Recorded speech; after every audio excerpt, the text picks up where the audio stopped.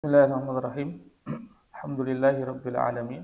Assalatu wassalamu ala asyrafil anbiya'i wal mursalin wa ala alihi wa sahbihi ajma'in. Amma ba'd. Alhamdulillah kita melanjutkan pembacaan Sahih Bukhari sekarang sampai di bab di kitabnya kitab wasiat. Babnya babul waqfi kaifa yuktabu. Dari awal bab infonya ke saya gitu. Babul waqfi kaifa yuktabu. Bab wakaf bagaimana dia ditulis. Ini kalau di urutan nomor babnya bab 28. Nomor hadisnya 2772, 2772. Benar sampai situ? Awal bab ya? Oh, ketemu tadi. Jilid berapa itu? Jilid berapa? Ya, benar. Enggak ada kawannya. Dibuka dulu kitab wasiat di daftar isi ya. Terus dicari itu tadi. Bab al-waqfu kaifa yuktabu. Kalau enggak saya carikan. Daripada nyari. Soalnya enggak ada rombongan. Ustaz Heru ganti kitab. Ustaz Heru kayaknya kitabnya dulu kayak gini kan. Ganti kitab. Ini 2 jilid ya. Ini 2 jilid ya. 2 juz ya. Maksudnya satu kitab 2 juz.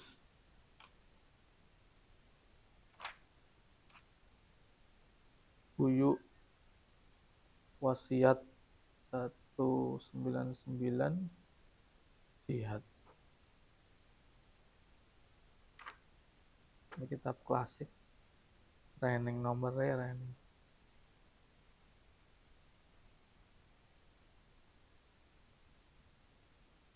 Nah ini. Ini ini ya. 196. Ini.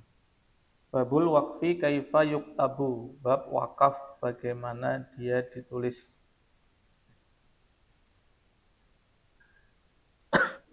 Jadi ini ceritanya tentang wakafnya Umar ya. Umar radhiyallahu anhu ketika wakaf beliau tulis, dan itu menjadi penting ya. Kadang nanti bisa menghindarkan dari sengketa. Kalau di kemudian hari ada masalah gitu ya. Nah, sekarang kan ada bapaknya wakaf tanah jadi masjid, sama anaknya rupanya dijual lagi. Masjid tulisannya dijual gitu. Nggak enak. Maka ada ajarannya untuk menulis atau membuat dokumen istilahnya. Baik, kemudian jadi bab wakaf bagaimana ditulis gitu ya. Hadis 2772. Berkata Imam Bukhari, haddatsana Musaddadun qala haddatsana Yazid bin Zurai'in qala haddatsana bin Aunin an Nafi'in an Ibni Umar radhiyallahu anhuma qala asaba Umaru bi Khaybara ardon. Asaba di sini artinya mendapatkan. Umar mendapatkan di Khaybar tanah. Sebagaimana kita tahu tanahnya Khaybar orang Yahudi itu oleh Nabi dibagi kepada para sahabat yang ikut perang pada waktu itu ya. Di antara yang dapat adalah Umar. Ini sudah lewat nama kebunnya Samghun kalau dalam bahasa Arabnya ya, Samghun. Nama kebunnya. Sebagaimana Abu Talha itu punya kebun namanya Bairuha. Fa'ata an-Nabiyya sallallahu alaihi wasallam, maka beliau mendatangi Nabi sallallahu alaihi wasallam. Sayyidina Umar tadi mendatangi Nabi, konsultasi. Faqala, maka Sayyidina Umar mengatakan, asabtu ardon, aku mendapatkan tanah, lam usib, aku belum pernah mendapatkan malan, harta, qattu, sama sekali, anfasa minhu, lebih berharga darinya. Saya dapat bagian tanah, ini jadi harta yang paling berharga bagi saya. Fakaifa ta'muruni bihi, fakaifa, maka bagaimana, ta'muruni, engkau memerintahkan aku bihi, dengannya atau terhadapnya. Tanah ini mau kita atau mau saya apakan? Menurut panjenengan, menurut Nabi, ini tanah bagusnya saya apakan?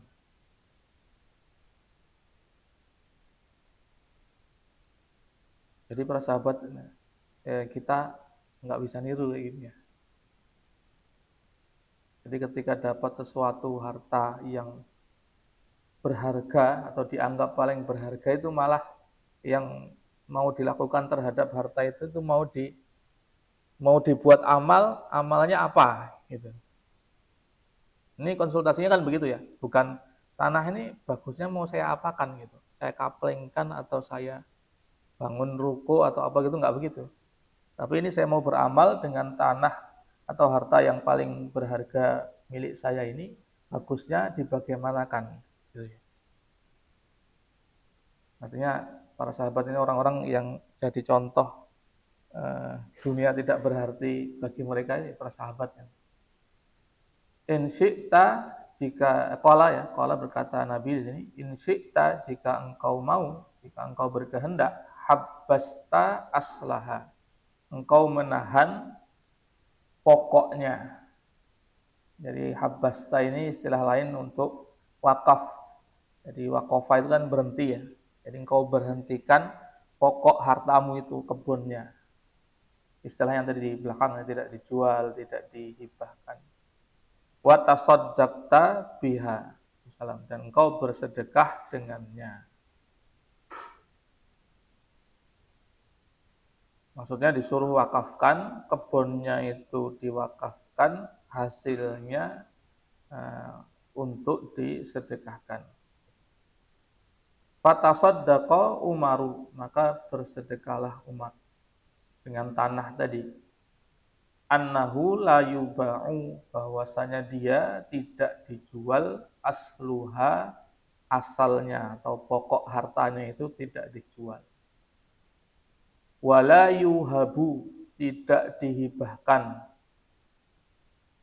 Wala yurathu, dan tidak diwariskan.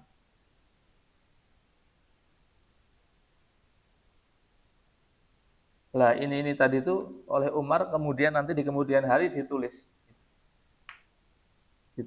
yang ngurusi, kan waktu wakaf ini yang jadi pengurusnya ya beliau sendiri. Nanti saya peninggal beliau, yang disuruh ngurusin putri beliau, Hafsah. Nah itu ditulis, nanti kalau saya meninggal, Hafsah yang ngurusi sampai Hafsah meninggal. Nanti kalau sudah Hafsah meninggal, yang ngurusi dari keluarganya Hafsah, orang-orang yang ngerti, yang pintar dari keluarganya Hafsah gitu. Jadi Umar menulis wakafnya itu. Ini yang jadi bab ya. Bagaimana penulisannya begini. Fil fuqara, nah ini sedekahnya kepada fuqara gitu. Bukan tidak diwarisi fil fuqara, bukan. La yurasudah titik atau koma gitu ya. Tasaddaqa Umar tadi, Umar bersedekah itu fil fuqara, diperuntukkan orang-orang fakir. Wal qurba, kerabat. War riqab itu budak, maksudnya dipakai untuk memerdekakan budak. Wa fi sabilillah untuk orang berjihad. Wa dhaifi, dan untuk tamu. Sebagaimana kita tahu orang Arab itu punya kebiasaan yang baik sekali tentang menjamu tamu. Wabni sabil, dan untuk ibnu sabil, orang yang safar kemudian kehabisan bekal. Kalau di Indonesia malah jadi modus orang nyari duit. Saya kehabisan bekal, minta sangu. Dikasih duit, mau. Dikasih tiket, nggak mau. Diantarkan ke terminal, dinaikkan bis, nggak mau. Maunya dikasih duit. Rupanya memang mata pencahariannya itu. Jadi ibnu sabil gadungan. La junaha, ini masih lanjutan catatannya Umar ya. La junaha, tidak ada dosa, tidak mengapa, ala bagi atau atas, man waliyaha, orang yang mengurusinya, ngurusi wakaf itu, nadir kalau bahasa orang sekarang.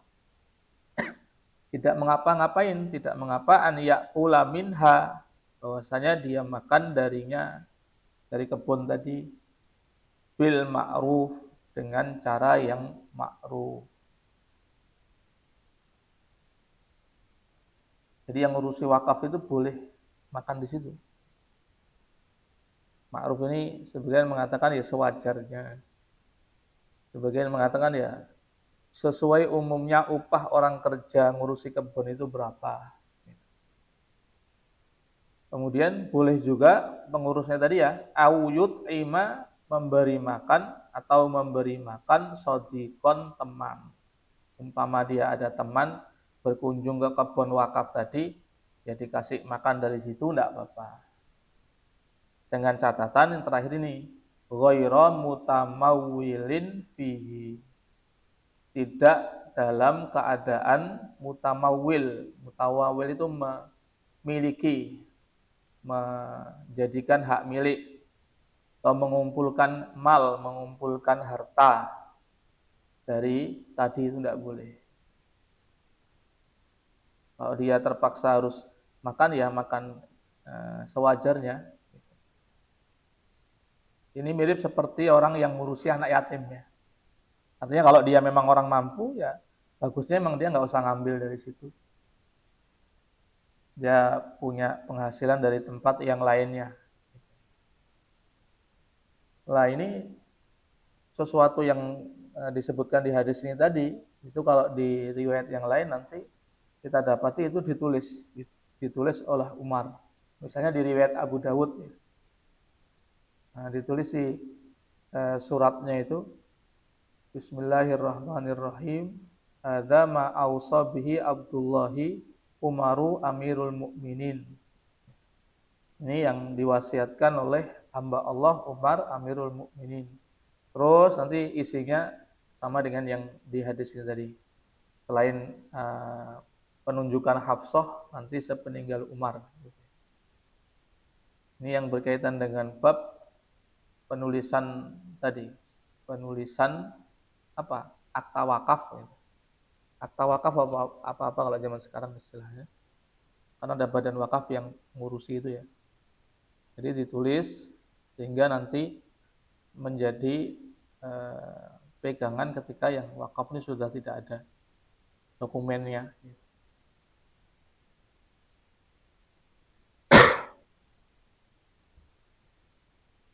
Wallahu alam.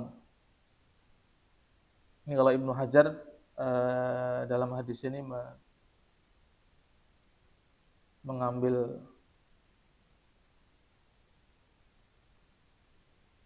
istimbat ya, faedah ya. Tapi ini tidak bisa di Indonesia. Jawazu dzikril walad abahu bi ismihil mujarrad min ghairi kunyatin wala laqabin. Bolehnya seorang anak itu menyebut atau memanggil bapaknya dengan namanya tok, tanpa kunyah, tanpa laqab. Ini orang Indonesia tidak bisa. Karena di sini Ibnu Umar itu mengatakan asaba Umaru gitu ya. Umar loh dapat tanah di Khaybar. Nah, Ibnu Umar nyebut bapaknya tanpa bapak, tanpa pak, tanpa ayah, tanpa kunyah gitu. Itu di bahasa atau di adab orang Arab itu biasa, boleh. Hanya saja kalau di adab orang Indonesia tidak boleh. Nggak sopan. ngoko ya. Jadi tidak semua adat Arab itu bisa dibawa ke Indonesia. Wallahu a'lam bishawab. Bab berikutnya, bab yang ke-29.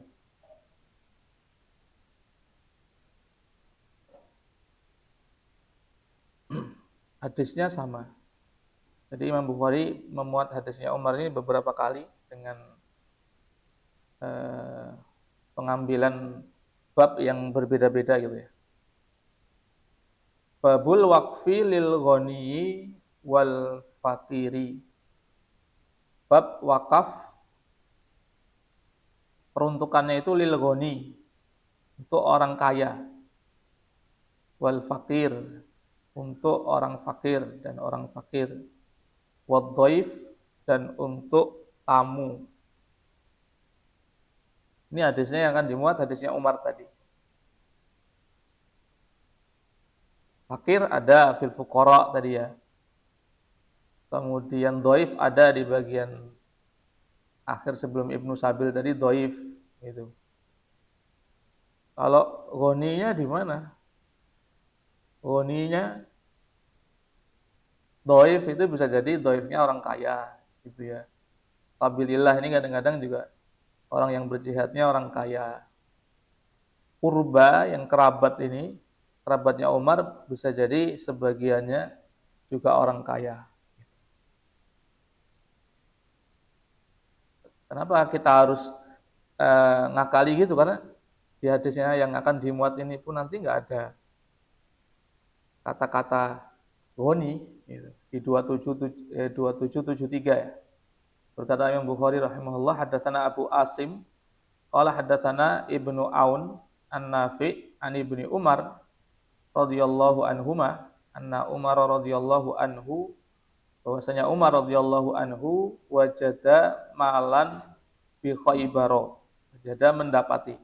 Tadi pakai kata-kata asoba. Sekarang wajada, artinya sama. Malan harta bi Khaibar, di Khaibar.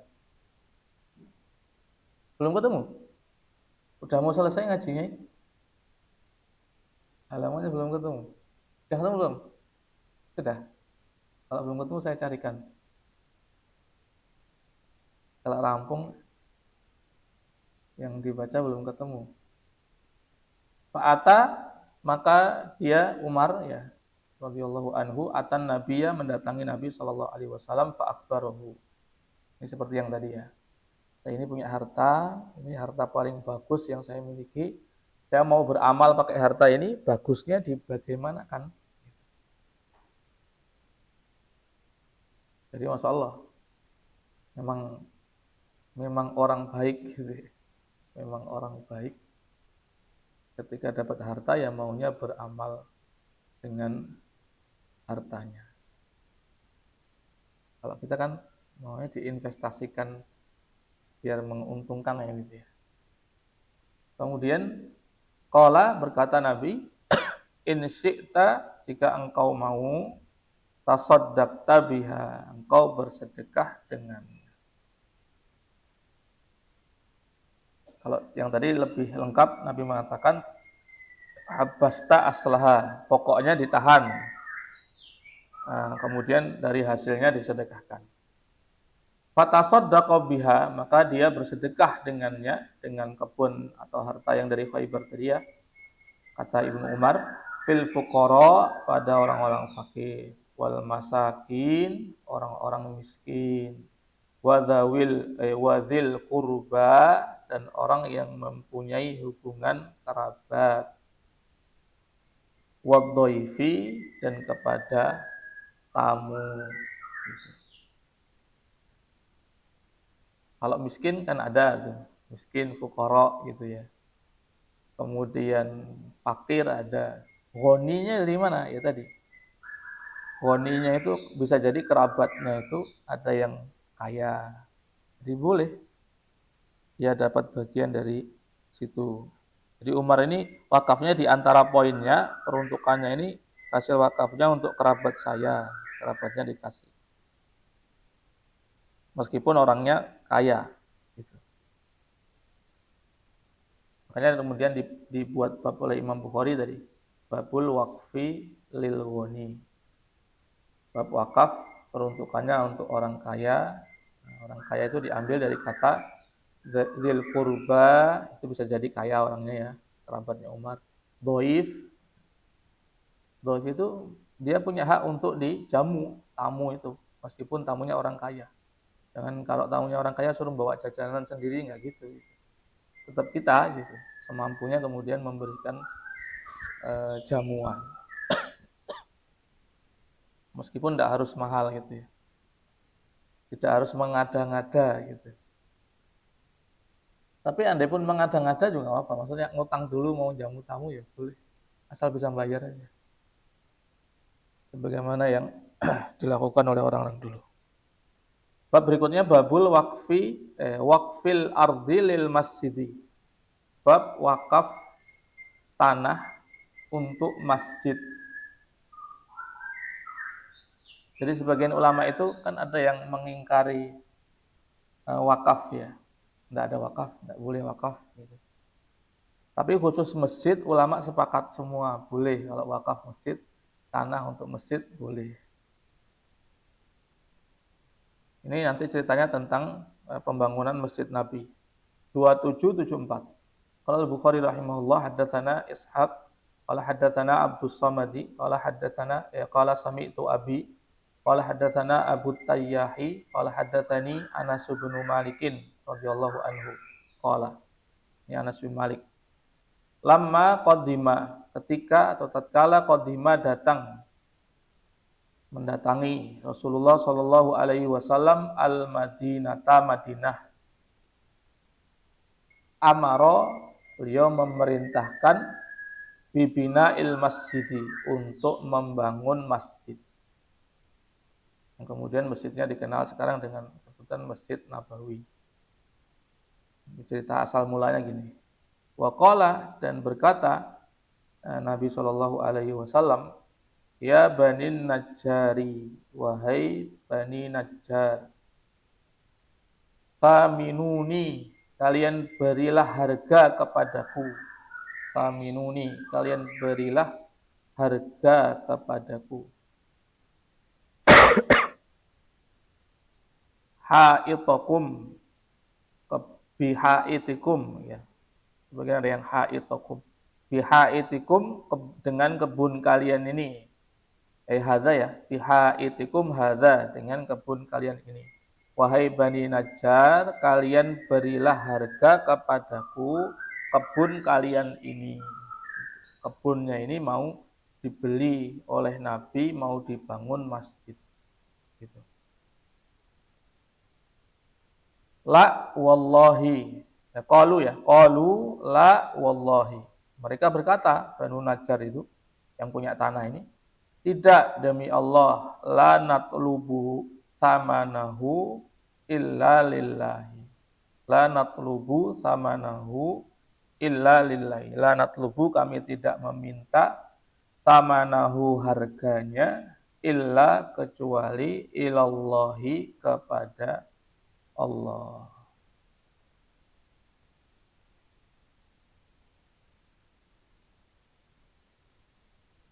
Ini kemudian diambil bab oleh Imam Bukhari, bab wakaf tanah untuk bangun masjid.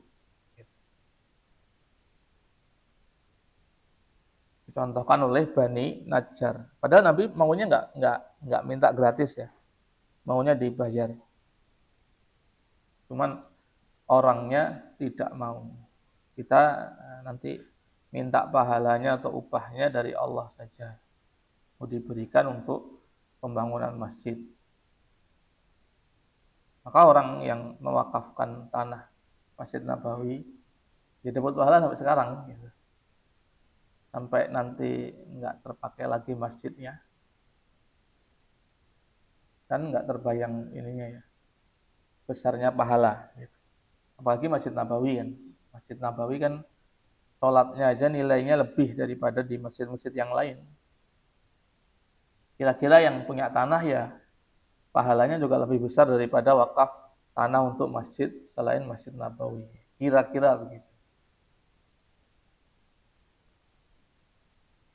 Kita nggak kuat wakaf tanah untuk masjid ya, patungan ya kalau ada donasi tanah untuk masjid, nah, nyumbang dikit semampunya, biar ada cuilan pahala gitu ya. Kalau satu tanah mungkin nggak kuat, satu kapling, ya bisa nyumbangnya berapa, dibagi kuponnya berapa gitu. Bab berikutnya, bab wakfi dawab. Nah, ini bab yang ke-30 ya. 32. 32 apa 31? 32. Babu, kok di tempat saya ini bab 31. Ini antum 32. Ada nomornya? Beda penomoran berarti. Tempat saya 31. Babu wakfid dawabi, bab wakaf dawab ini hewan. Hewan kendaraan gitu maksudnya kalau zaman dulu. Wal qura'i, qura ini kuda. Jadi penyebutan kalau dalam bahasa Arabnya dzikrul khos ba'dal am, gitu. Menyebutkan sesuatu yang khusus setelah yang umum. Dawab kan hewan umum, bisa sapi, bisa onta, bisa yang bisa pakai kendaraan ya, kuda. Nah, qura ini kan kuda. Jadi dia sudah masuk di ad-dawab. Yang disebutkan sendiri, makanya babnya namanya dzikrul khos ba'dal am, menyebutkan sesuatu yang lebih khusus setelah tadinya ada yang lebih umum. Ini metode yang ada di Quran, di hadis ada. Malaikatihi wa Jibril wa Mikala gitu di juz awal itu, juz pertama itu ya. Setelah sebut malaikat masih disebutkan malaikat Jibril, Mikael secara khusus. Ini kuda disebutkan secara khusus. Wal urudi ya. Urudi ini harta selain emas dan perak. Kalau zaman dulu. Kalau zaman sekarang mungkin harta tapi bukan apa namanya? Cash. Nggak mesti cash ya. Bukan duit lah gitu. Makanya kalau di bab zakat perdagangan itu ada istilahnya bab zakat urudit tijaroh. Barang-barang perdagangan. Jadi harta tapi bentuknya itu bukan nakdain, bukan emas dan perak gitu. Urut. Jadi harta selain duit gitu. Emas dan perak itu sekarang duit itu bukan mewakili apa enggak? Beda ya. Kalau duit itu namanya cash. Wasomit, somit ini yang tadi harta tapi dia emas dan perak.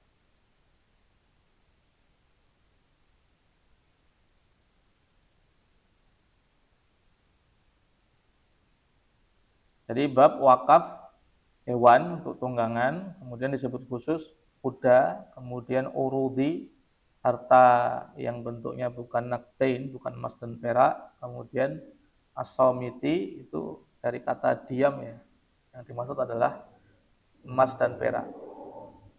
Waqala Zuhri, dan berkata Az-Zuhri, Ibnu Syihab Az-Zuhri, orang tabi'in. Apa itu? Somit itu artinya diam ya, secara bahasa. Nah, yang dimaksud adalah emas dan perak. Disebut diam kenapa ya?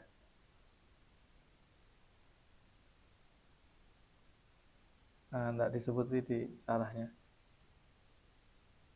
Jadi somit cuma disebutkannya somit itu lawan dari kata natik. Natik kan bicara, somit diam. Wal muradu minan nakdi azhab wal fiddah. Yang dimaksud adalah uang, harta nakdan ya, emas dan perak. Itu toh tidak disebutkan ini ya. Detailnya kenapa disebut somit mungkin perlu dicari lagi. Nah, kemudian qala Zuhri, berkata Zuhri, fiman ja'ala, tentang orang yang menjadikan, fiman tentang orang yang ja'ala menjadikan alfa dinarin 1000 dinar fisabilillah, fisabilillah. Wa dafa'aha, dan dia menyerahkannya 1000 dinar tadi ila gulamin lahu tajirin, ila gulamin kepada budak lahu miliknya tajirin pedagang. Jadi gulamin tajirin lahu gitu ya, susunan sederhananya gitu. Ini dibuat agak ruwet, lahunya ditaruh tengah. Maksudnya ila gulamin tajirin lahu, menyerahkannya 1.000 dinar tadi kepada budak milik dia. Budak tadi itu statusnya pedagang. Disuruh apa? Yadjiru biha, berdagang dengannya. Wa ja'ala ribahahu, dia jadikan untungnya itu sodakotan lil masakin, sedekah bagi orang miskin-miskin, wal akrobin, dan kepada kerabat. Ini ditanyakan kepada Az-Zuhri gitu ya. Hal apakah lirrajuli, bagi orang tersebut yang wakaf 1.000 dinar tadi ya, an yakula, makan, min ribhi dzalikal alfi, min dari ribhi, itu keuntungan, dzalikal alfi 1.000 itu, 1.000 dinar tadi, sayan sesuatu, apakah bagi laki-laki tersebut boleh untuk makan dari keuntungan 1.000 dinar tadi. Kan disuruh muter sama budaknya, disuruh untuk dagang gitu. Dapat untung, boleh nggak ngambil? Wa illam yakun, meskipun tidak adalah dia, ja'ala, menjadikan ribhaha, untungnya, sodakotan, sedekah, fil masakini, untuk orang-orang miskin.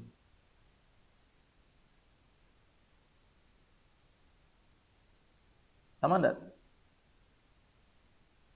Sama ya? Qala, berkata Az-Zuhri, laisa lahu, tidak boleh bagi dia, atau tidak ada bagi dia, an yakula minha, untuk makan darinya.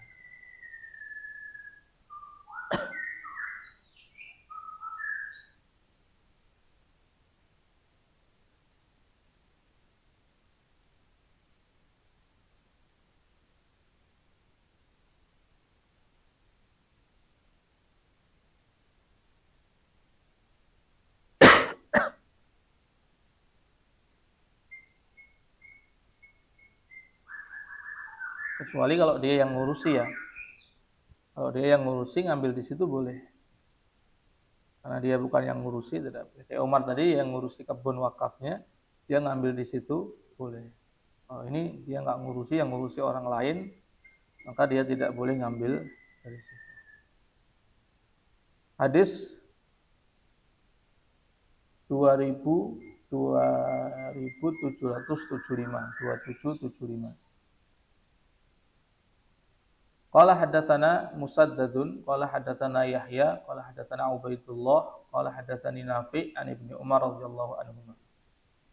Anna Umar, bahwasanya Umar radhiyallahu anhu, hamala ala farasin lahu fi sabilillah. Hamala ala farasin itu maksudnya mewakafkan gitu, atau mensedekahkan. Hamala ala farasin berarti mensedekahkan kuda, lahu, milik dia, fi sabilillah, di jalan Allah. Jadi hamala ala farasin itu artinya mewakafkan atau mensedekahkan, farasin, kuda. Jadi hamala ala diartikan mensedekahkan ya. Karena kalau hamala ini kan artinya membawa aslinya. Hamala ala di sini artinya mensedekahkan atau mewakafkan.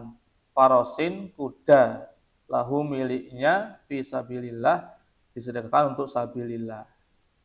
A'toha, Umar memberikannya kuda tadi kepada Rasulullah sallallahu alaihi wasallam, liyahmila alaiha, supaya Nabi membawa atasnya, maksudnya memberikannya, mensedekahkannya, rojulan, kepada seseorang.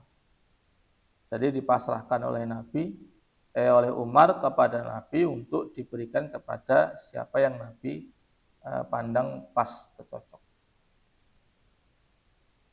Terus dikasihkan, gitu ya. Fa'ukhbiro, maka setelah beberapa waktu ya, fa'ukhbiro, maka dikabari Umaru, diberitahu Umar annahu, bahwasanya qad kurang annahu qad waqafaha ya. Kok kayak kurang kalimatnya. Bahwasanya dia sungguh telah mewakafkannya, ya bi'uha, dia menjualnya. Jadi yang dipasrahi oleh Nabi, diberikan sedekahnya Umar tadi, kuda tadi ya, itu sama yang dikasih malah dijual. Terus Umar lihat, wah gimana dikasih kok malah dijual. Fasa'ala Rasulullah, maka Umar bertanya kepada Rasulullah SAW, untuk apa? An yabta'aha, untuk membelinya. Saya belinya saja gimana ya Rasul? Orang itu udah dikasih kok malah dijual. Terus Nabi mengatakan, faqala, maka Nabi mengatakan, la tabta'ha, jangan kamu membelinya. Tidak boleh sama Nabi. Wala tarji'anna fi sadaqatika, benar-benar janganlah kamu kembali, gitu ya, menarik lagi sedekahmu. Meskipun nariknya itu dengan cara dibeli. Karena yang dikasih tadi nggak butuh, dia akan jual dengan harga yang murah, gitu ya. Kemudian apalagi kalau dia tahu kalau yang ngasih dulu kudanya itu asalnya dari Umar, dia akan sungkan.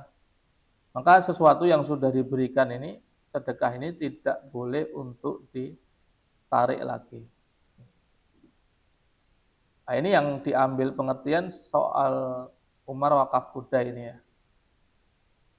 Karena babnya tadi kan bab wakaf kendaraan, wakaf kuda.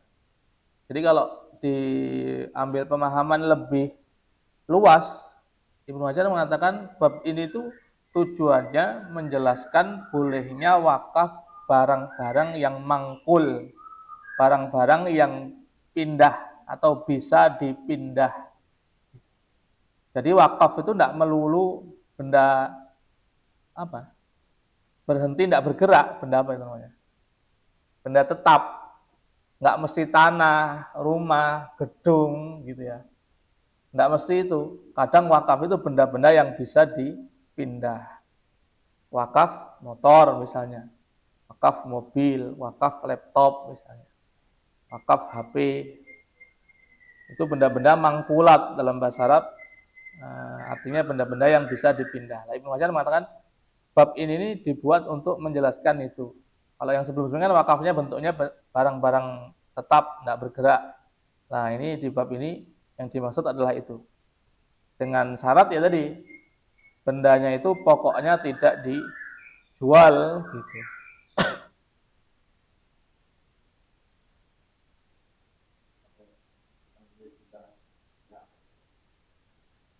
Ya kalau statusnya kayak Umar tadi udah enggak boleh gitu.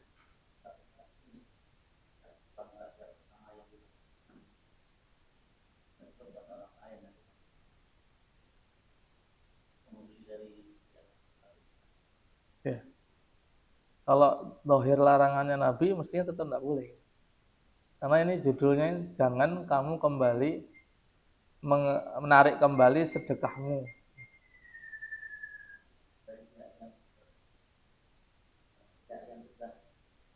Kan sama saja. Iya enggak? Sama saja barang yang sudah kita sedekahkan itu akan balik kepada kita. Sama dengan yang tadi, itu kan sebenarnya juga Umar itu enggak narik gratisan, enggak. Dia beli. Tapi kan nanti jatuhnya jadinya yang dia sudah sedekahkan dia balik kepada Umar lagi, kepada kita lagi. Entah itu sudah orang kedua, orang ketiga kan statusnya sama. Kita bayarnya sekali dan barang yang sudah sedekah ini kita sedekahkan ini akan balik lagi gitu. Iya. Babnya bab tidak boleh apa nelan ludah lagi tuh. Orang yang sudah menghibahkan memberikan itu kalau bisa jangan ambil lagi. Meskipun kecewa, kalau Umar kan kecewa ini karena nggak dirawat sama yang dikasih, yang diberikan itu tidak ngerawat, maunya diambil lagi, bahkan dibayari sama Umar, tapi oleh Nabi tidak boleh. Udah lepas lillahi ta'ala ya sudah gitu. Umum.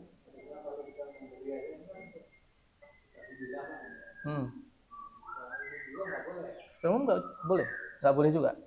Istilahnya hibah ya kalau di hadis itu ya. Orang yang balik ngambil hibahnya lagi itu seperti orang yang menjilat ludah yang sudah dia keluarkan kan gitu bahasanya.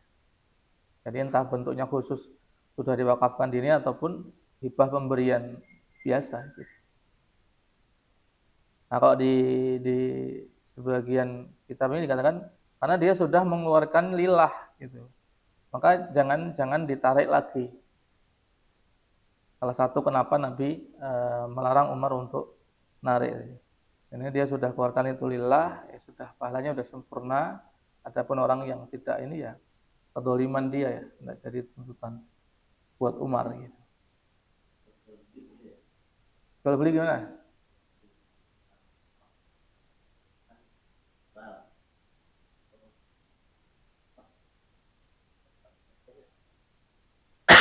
Boleh. Apa ada? Ada ya?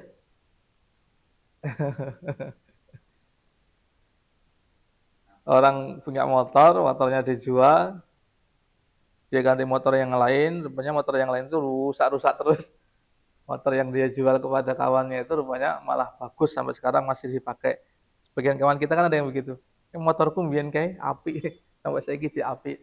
Kalau dibeli lagi enggak apa-apa. Kalau bukan rekayasa ya.